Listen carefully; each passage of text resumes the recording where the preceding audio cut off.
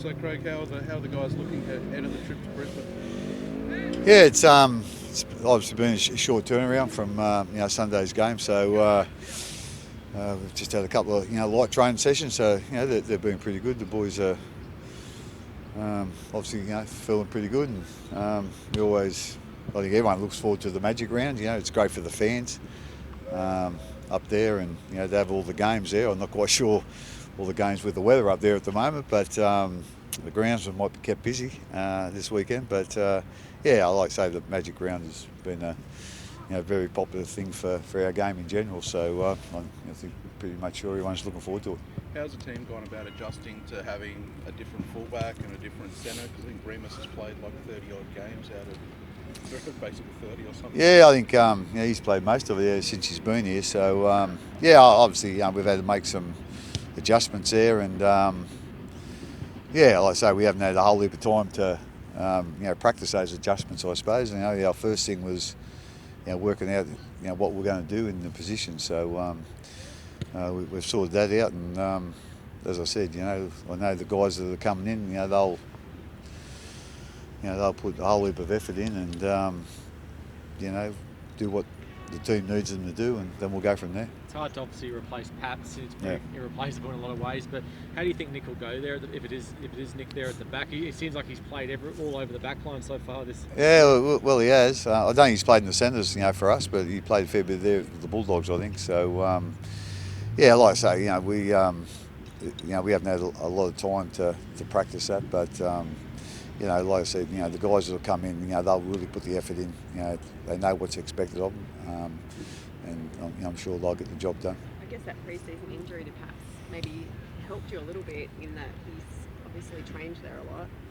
Well, there's a couple of them who've trained there, with Paps, as you said, missed a whole heap of time. So, but like I say, we'll just see how it goes tomorrow. We're aware, if we have to make a couple of other, adjustments or changes as we go. We've got a couple of really versatile guys there, so we'll just see how we start, and then we'll go from there. Is Wishart also an option to play at the back? Oh yeah, there's a couple of them, obviously. Munster's played plenty there as well, and so like I say, we've got some options to go. We've practiced a couple of them this week as well, so like I say, it's nice to have a couple of guys in there, or 2 or 3 guys that have played plenty of positions. Different positions. Munster's actually an option. You always talked about how he's still a bit heavy in that, but obviously he's a streamlined version this time. Obviously, he's gone there a couple of times this year, So at the end of the day, we'll we're obviously going to start a certain way, but if that's not quite working out, we can make some changes. But hopefully, what we've done this week will help, and it'll all come together okay. It's obviously a massive game, Craig, against Penrith. You've had a lot of blowouts lately. You haven't been in a arm wrestle for a little bit. Are you curious to see how you sort of go in a bit of a grind, I guess? Oh yeah, without doubt. For a grinding, what's expected to be a close game or a grinding game, whether it is or not, we won't know until the end of the game. But if that's the way it turns out, our last 3 weeks probably hasn't been ideal preparation for that sort of game. But as I said last week, at the end of the day, we can only, play the game as, we want to play to our strengths, and, want to be aware of what the opposition's good at, and try and, restrict those opportunities for the opposition. And, that's what it's been like the last 3 weeks, and, it'll be the same at the weekend. Like I say, as you say, it's not ideal preparation, but that's the way it is. About your team, but Maz has only played 2 games at the back end of last year. So what have you seen from him this year? And I guess they might maybe more targeting, given it's the Panthers coming up against someone who hasn't played a lot of NRL in the last couple of years. Well he hasn't. I can't deny that. But what he has been playing, he's been playing really good in the Queensland Cup. He's been outstanding actually. So he's been knocking on the door for a couple of weeks. Unfortunately, he gets his chance through, Remus being injured, so that's not ideal for anyone. But we're real confident he'll do a good job. I feel like there's a pretty strong rivalry building between you and the Panthers. There seems to be a little bit of feeling between the two sides. I don't sort of read the papers or anything, so I don't know what really is going on there. For us, it's another game this weekend against certain opposition. So at the end of the day, it's it's a 16-team competition, and the team that you're playing this week's the enemy. So that's how it works out for us. Are you happy with how Tui's come back to you since he's returned? And is he in a good frame of mind? Is he a chance this week, I guess? Oh, he's been great throughout the whole pre-season. He hasn't been allowed to play. I think he's only played the one game up in Queensland Cup, so obviously his preparation has been very restricted.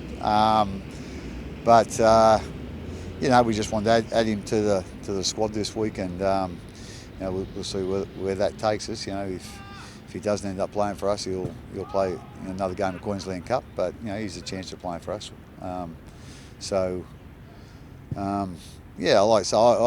It's been a tough period for him. A lot of people say probably that's what happens when those sort of things do happen. And but his attitude's been tremendous. He's been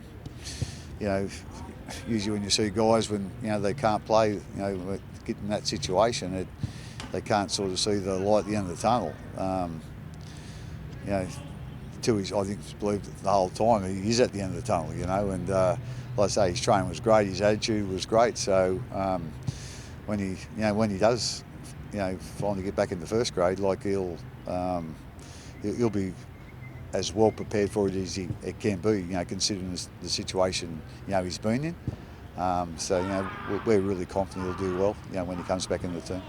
You've set some records, sort of going back to 1935 with your attack. I mean, it was only a couple of years ago that you were actually struggling to score tries. I mean, do you give a rap to Mark Brentnell or the team themselves, obviously? But what do you put that down to? Oh yeah, obviously Mark and Aaron, they've worked really hard with our attack. They're our main sort of attack coaches, I suppose. At the end of the day, I think it basically comes back to us playing to our strengths, and probably we're a bit better attacking team than I can't remember that time that you're talking about there, Mel. But like so, I know we've been there's been times when we used to like the real tight games and get a lead and then sort of defend it.